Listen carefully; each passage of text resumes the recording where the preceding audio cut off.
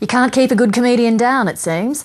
The ABC's Chaser team shrugged off yesterday's controversy and staged another stunt at the APEC summit in Sydney today.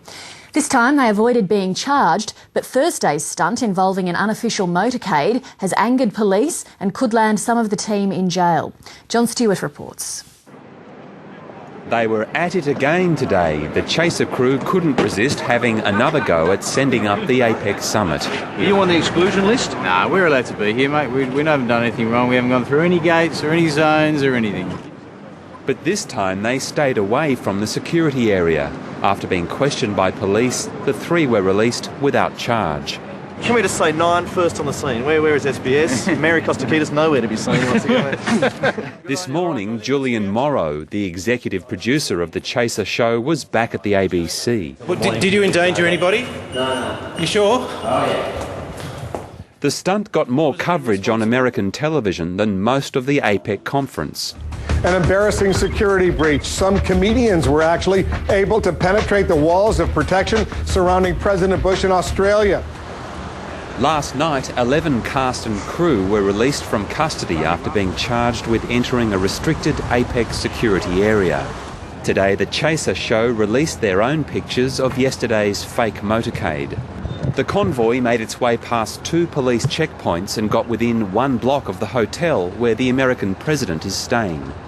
The comedians say they expected to be stopped much earlier and thought the police would have noticed their fake identification, which included the word insecurity.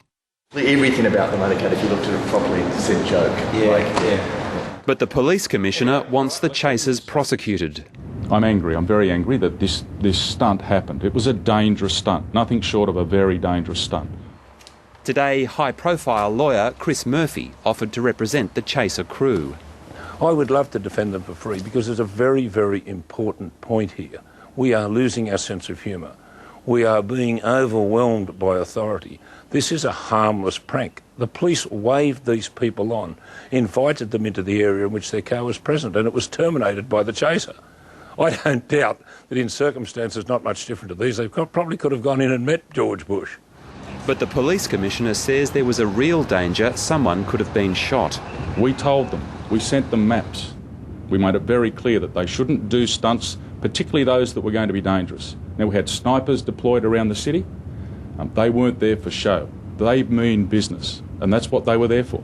This prank shows us that we are not overwhelmed by snivelling politicians and authoritarian police.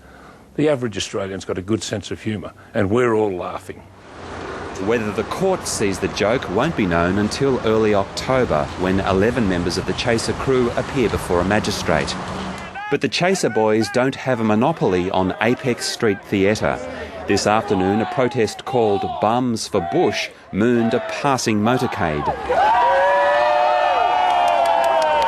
The rainy weather soon had the demonstrators back in their pants. John Stewart, Lateline.